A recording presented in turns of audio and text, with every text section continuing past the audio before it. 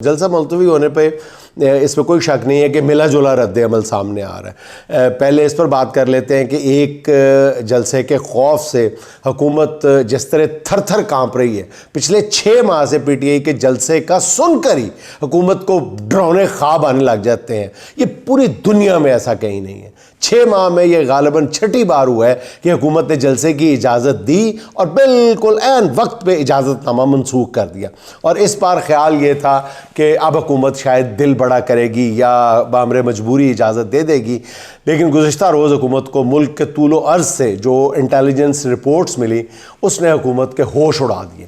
Intelligence reports کے مطابق اسلام آباد کے ترنول چوک میں ہونے والا جلسہ کہا جا رہا تھا کہ اتنا بڑا ہونے والا ہے کہ اس کا سیاسی بوجھ برداشت کرنا حکومت کے بس کی بات نہیں ہے۔ اگرچہ تحریک انصاف نے اعلان کیا تھا کہ وہ صرف جلسہ کرے گی، دھرنا نہیں دے گی، لیکن حکومت کا کیا کیا جائے کہ اس کے دل سے خوف نہیں جا رہا دھرنے کا یا بڑے جلسے کا۔ اس کے باوجود خیر حکومت کا یہی سوچ کر دل گھٹنے لگا کہ اگر کچھ سر پھرے نوجوان جو ہیں وہ ڈی چوک کی جانب مارچ کا اعلان کر دیا انہوں نے، تو وہ کریں گے کیا؟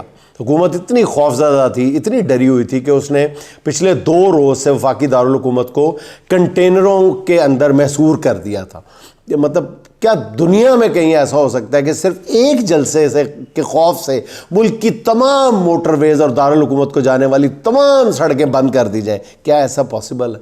ماضی میں بھی جب کوئی حکمران میدان میں جنگ ہارتا تھا تو وہ قلعہ بند ہو کے مزاحمت شروع کر دیتا تھا۔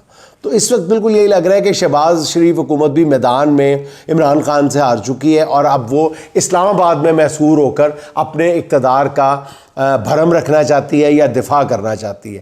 اس حکومت کی کارکردگی اور اپروچ کا اندازہ آپ اس بات سے لگا لیں کہ اس نے چند اکاؤنٹس کی ٹویٹس روکنے کے لیے پورے ملک کے انٹرنیٹ کا بٹھا بٹھا کے رکھ دیا ہے۔ سوشل میڈیا کے چند ایکٹیوسٹ سے گھبرائی ہوئی یہ حکومت جو ہے اس نے فائر وال لگا کے اپنے ہی ملک میں واحد ترقی کرتی ہوئی آئی ٹی انڈسٹری کا کام ٹھپ کر کے رکھ دیا، اور اس حکومت کو اتنی سمجھ نہیں آ رہی کہ تحریک انصاف کے جلسے کو بغیر ہی وہ مطلوبہ نتائج مل رہے ہیں، جلسے کے انعقاد کے بغیر ہی، کہ جو پچھلے 6 ماہ سے ہو کیا رہا ہے۔ پی ٹی آئی جلسہ اناؤنس کرتی ہے، اس کی 5 دن خوب کوریج رہتی ہے، جلسے سے 1 دن پہلے جلسے کا این او سی منسوخ کر دیا جاتا ہے، پھر 24 گھنٹے مسلسل صرف اسی خبر کی گونج سنائی دیتی ہے، اگلے دن پی ٹی آئی خود ہی جلسہ ملتوی کر دیتی ہے، تو پھر اگلے 24 گھنٹے صرف اسی پہ بات ہوتی ہے، پھر پی ٹی آئی جلسے کی نئی تاریخ دیتی ہے، اس کی کوریج شروع ہو جاتی ہے، اور جلسے کا این او سی پھر منسوخ کر دیا جاتا ہے۔ اور جلسے کا این او سی منسوخ کرنے والے ایسے احمق ہیں کہ وہ جلسے کے بغیر ہی پی ٹی آئی کی تاریخ کو مطلب کوریج کا سبب بنا رہے ہیں۔ یہ ایسی زبردست اس کی کوریج کر رہے ہیں، تاریخی کوریج کر دیتے ہیں کہ پی ٹی آئی کو خود کوریج کی ضرورت ہی نہیں پڑتی، اور اس پر پوری دنیا میں پی ٹی آئی پر ظلم اور حکومت کے جبر کا جو پیغام جاتا ہے وہ حکومت کی رسوائی کا ایک الگ باعث بن رہا ہے۔ اب کیا ہوگا؟ تحریک انصاف نے 8 ستمبر کو جلسے کا اعلان کر دیا ہے، جسے اگر فی الحال حکومت نے مان بھی لیا ہے، تو کیا 8 ستمبر تک حکومت کوئی معجزہ کر ڈالے گی؟ کیا کرے گی؟ 8 ستمبر تک قوم حکومت سے محبت شروع کر دے گی، کرپٹ حکمرانوں کی محبت میں گرفتار ہو جائے گی؟ کیا کرے گی؟ کیسے 8 ستمبر کو کیا ایسا ہو جائے گا حکومت کے دن بدل جائیں گے؟ میری بات لکھ کر رکھ لیں کہ ہر گزرتا دن حکومت کے لیے مزید تباہ کن ثابت ہوگا، اس لیے صبر اور حوصلے سے کام لیں۔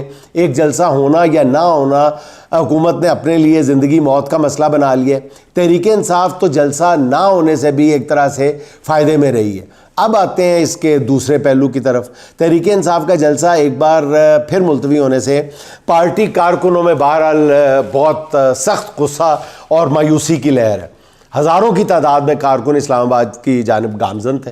بلوچستان سے کارکن بہت بڑی تعداد میں صبح سویرے اسلام آباد پہنچ چکے تھے، اور ان حالات میں ایک بار پھر جلسہ ملتوی کرنے کا جو اعلان ہے وہ یقیناً کارکنوں پہ بجلی بن کے گرا، اور خان صاحب کی ہمشیرہ نے بھی اس پر بہت برمحل سوال اٹھایا ہے کہ اعظم سواتی کو صبح 7:30 بجے کس نے عمران خان سے ملاقات کے لیے بھجوایا ہے، اور عمران خان سے جلسہ ملتوی کرنے کی فریاد کیوں کی گئی ہے؟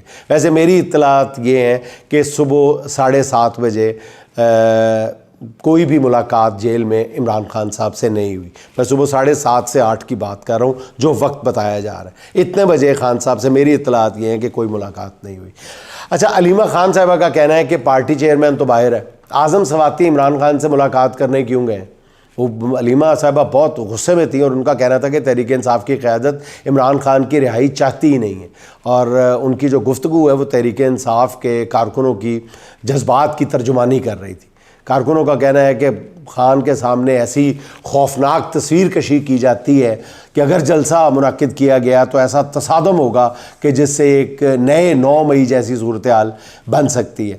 تو ثابت قدمی سے جیل کاٹتے ہوئے عمران خان کو کارکنوں پر کسی نئی ابتلا کا خدشہ بھی لاحق ہو جاتا ہے تو وہ پھر ایک قدم پیچھے ہٹ جاتے ہیں اپنے کارکنوں کی وجہ سے, اپنی ذات کی وجہ سے.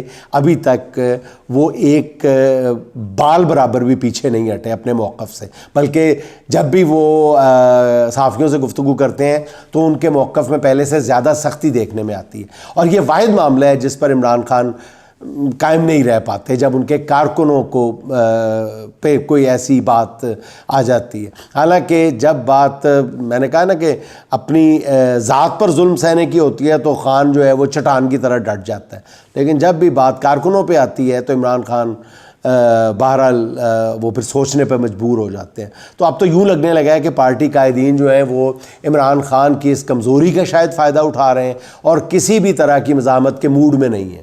کارکن ابھی تک کسی نہ کسی طرح اپنی قیادت کی بات مانتے چلے آ رہے ہیں, لیکن میرا ذاتی خیال یہ ہے کہ اب اس معاملے میں بھی بوائلنگ پوائنٹ آ چکا ہے. تحریک انصاف کی جیلوں سے باہر قیادت نے اب استقامت نہ دکھائی تو پھر کارکنوں کا غصہ ان کے خلاف بھی نکل سکتا ہے, اور اس غصے کا کچھ اظہار آج بھی ہوا ہے. اس معاملے میں میری رائے بھی کم و بیش 100% نہیں, کم و بیش علیمہ خان کی رائے کے قریب قریب ہے. جلسہ ملتوی کرنے سے کارکنوں کو تکلیف پہنچتی ہے اور اس کا فوری طور پر اگر ازالہ نہ کیا گیا تو تحریک انصاف کا جو اندرونی غبار ہے وہ کسی لاوے کی شکل میں پھٹ سکتا ہے. تو ناظرین, اس مسئلے پر میرے تھوڑا کہے کوئی بہت جانا جائے, لیکن میں ایک بات ناظرین پھر یہاں پر بھی کہوں گا کہ فوری طور پر فتویٰ بازی سے گریز کیا جائے. کسی کو کمپرومائزڈ کہہ دینا, کسی کو رانگ نمبر قرار دے دینا, ان ساری باتوں کو کرنے سے پہلے لمحہ بھر کے لیے سوچا جائے کہ یہ کس کی خواہش ہے جو پوری ہوگی. اگر پی ٹی آئی کے کارکنان اور قیادت جو ہے وہ آپس میں ایک دوسرے کے باہم دست و گریباں ہو جائیں گے تو پھر یہ کس کی خواہش پوری ہوگی. ناظرین, مستقبل کا منظرنامہ ایسا خوفناک ہے جسے سوچ کر ہی تکلیف لاحق ہو جاتی ہے. اللہ کرے ایسا کچھ نہ ہو.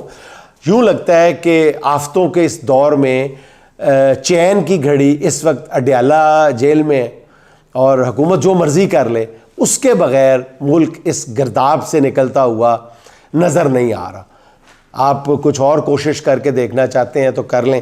تو ناظرین, اس کے ساتھ ہی چند اشعار آپ کی خدمت میں پیش کیے دیتا ہوں.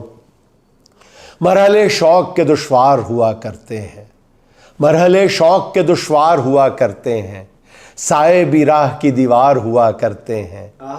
وہ جو سچ بولتے رہنے کی قسم کھاتے ہیں وہ عدالت میں گناہ گار ہوا کرتے ہیں. کیا کہنے ہیں؟ صرف ہاتھوں کو نہ دیکھو کبھی آنکھیں بھی پڑھو, کچھ سوالی بڑے خوددار ہوا کرتے ہیں. وہ جو پتھر یوں ہی رستے میں پڑے رہتے ہیں, وہ جو پتھر یوں ہی رستے میں پڑے رہتے ہیں, ان کے سینے میں بھی شاہکار ہوا کرتے ہیں, ان کے سینے میں بھی شاہکار ہوا کرتے ہیں. صبح کی پہلی کرن جن کو رلا دیتی ہے, صبح کی پہلی کرن جن کو رلا دیتی ہے, وہ ستاروں کے عزادار ہوا کرتے ہیں. وہ ستاروں کے عزادار ہوا کرتے ہیں.